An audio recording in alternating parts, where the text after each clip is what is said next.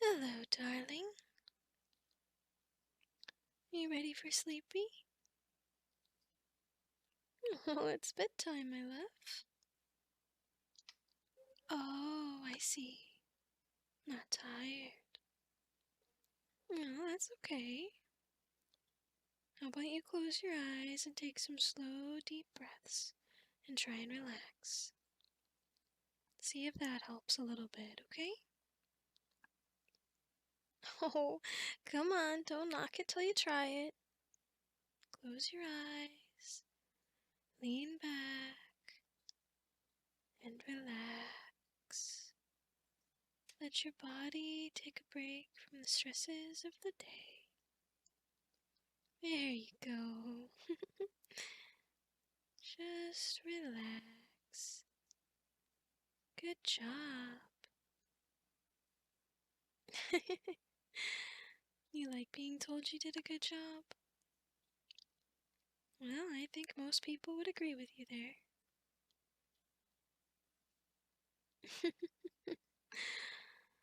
It's not working, is it? Well, I tried. Oh, sorry? Could I read to you? Yeah, I can read to you. What do you want me to read? Anything? Well, it's kind of hard to read anything. Can you be a bit more specific? A book. Okay. What book? You gotta help me out here, darling.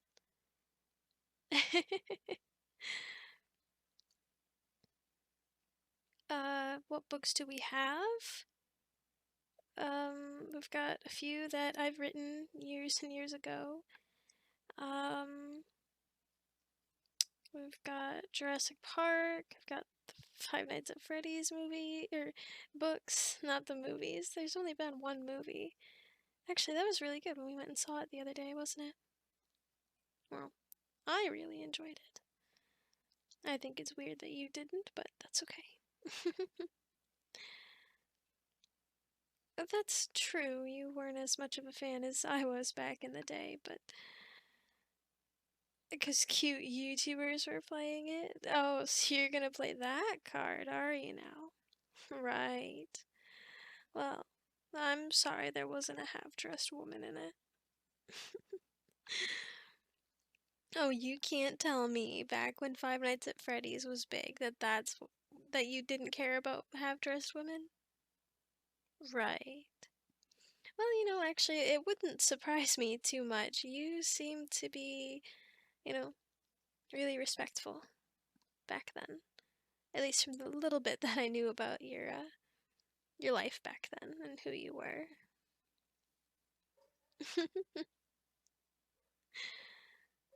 You're cute. You know that? And you know I love you, right? More than anything. Good. You still want me to read to you, don't you? Okay. Well, what do you want me to read? Okay. Anything, he says. Well, it's kind of hard to read anything. You said that earlier. Oh, okay. Something I've written in the past. Well, let's see. I've got all sorts of different things. I have old fan fictions, but you don't want to read any of those. I've got a story called That Night. It's a very in-depth look at what goes on inside the head of a forbidden lover. This was a prompt someone gave me, and I turned it into this. So, yeah. I don't really feel like reading that one. I'll tell you what. Let me go grab Jurassic Park, and I can start reading that to you, okay? Now, I've never read through it myself. Yeah. I have have some cute romance books. Those are really fun. You know, people falling in love. But I don't know if that's really your cup of tea. So really the only other thing that I have is Aragon and Jurassic Park. But I tell you what, there is a story that I can read to you. And it's one that I wrote long time ago. No? What do you mean no? You want me to make one up? Okay, what are you in the mood for? A romance? Let's see. I think I can do that.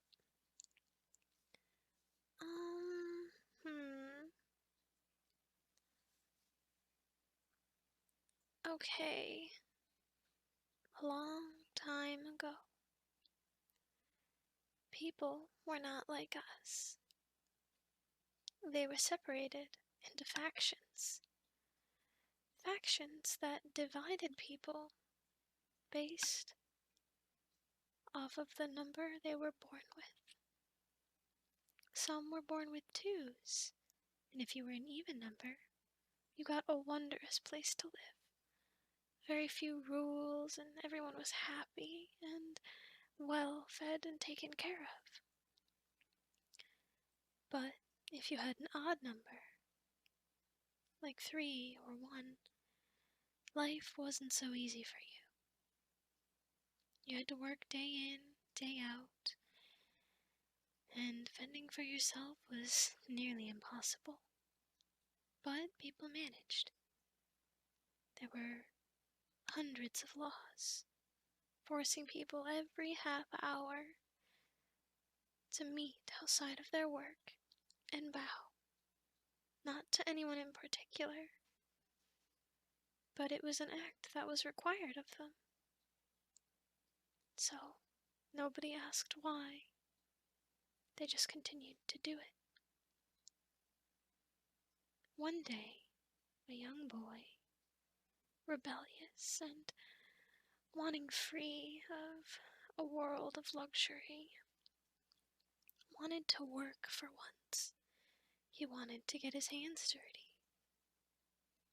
So he snuck across the river that divided both places. He swam against the current, and as hard as he pulled on the water, he was forced back. And right when he thought he couldn't continue to swim, a voice called out, "Hey, you, what are you doing in the water?" And as he turned, he saw a woman in a boat rowing over to him. She had short hair and dirt all over her face. Her clothes were wet and her boat was full of fish. But as she paddled, she got closer and reached an oar out for the boy, pulling him into her boat.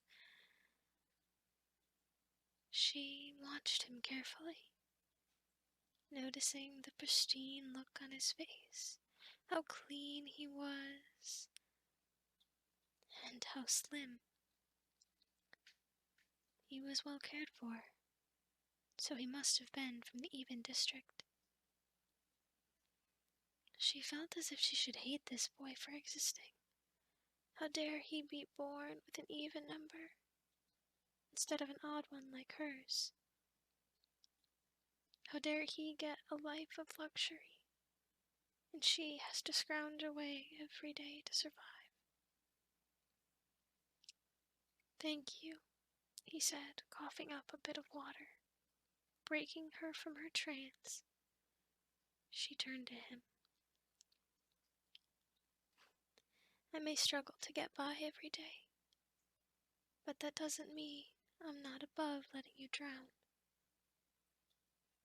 I'll take you back to the edge of the river, but that's as close as I'm going to get." "What do you mean?" he said. "You're from the even district, aren't you?" she retorted. I am, he stated. But I don't want to go back. Why not? You live in luxury there. Exactly, he stammered. It's pitiful. We don't know what it's like to work. We don't know what it's like to earn the things that are given to us. All we do is expect instead of give. She was astonished. No one had ever done such a thing. No one had ever realized how hard they work. No one had ever wanted to leave. She didn't know how to respond, so he laughed and brushed his hair back. I want to be free of that place, he said with a blush. She smiled and shook her head. I don't know why you would ever want to leave. He was baffled. Neither of them knew the trouble that they both went through. Neither of them could understand.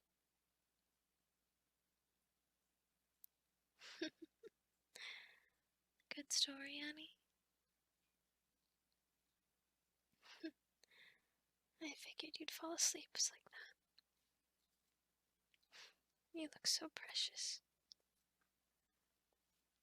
I love you. I hope you're having some good dreams, my darling. Thank you for helping me through today. I hit a bit of a rough patch, but we worked through it. Thanks to you. I don't think I could have done it on my own. But you pull me through every day. You are truly a blessing. I love you so much.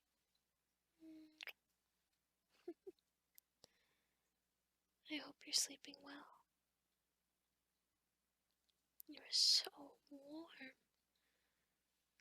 I'm gonna be all sweaty. Come here, let's pull this off a little bit. There. Keep you cool. I love you so much. You make me so happy.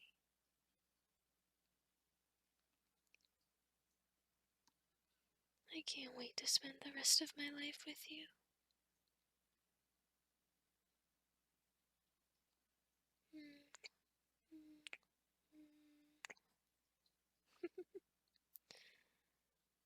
Oh, did that tickle? I'm sorry, sweetie. I'm sorry.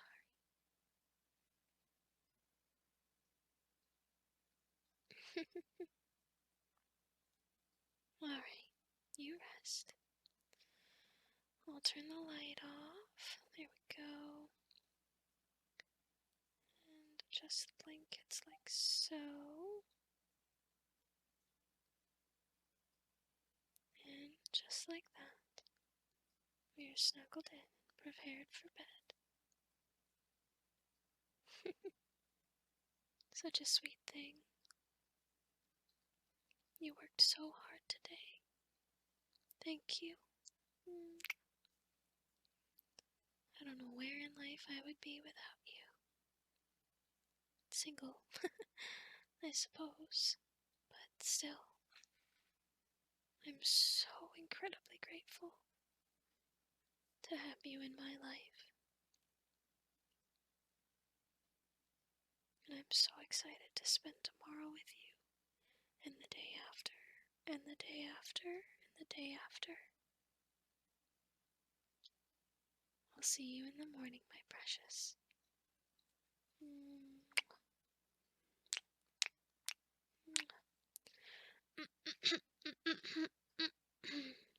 There we go. Let me hold you and lull you to sleep. Good night, my honey. I'll see you in the morning.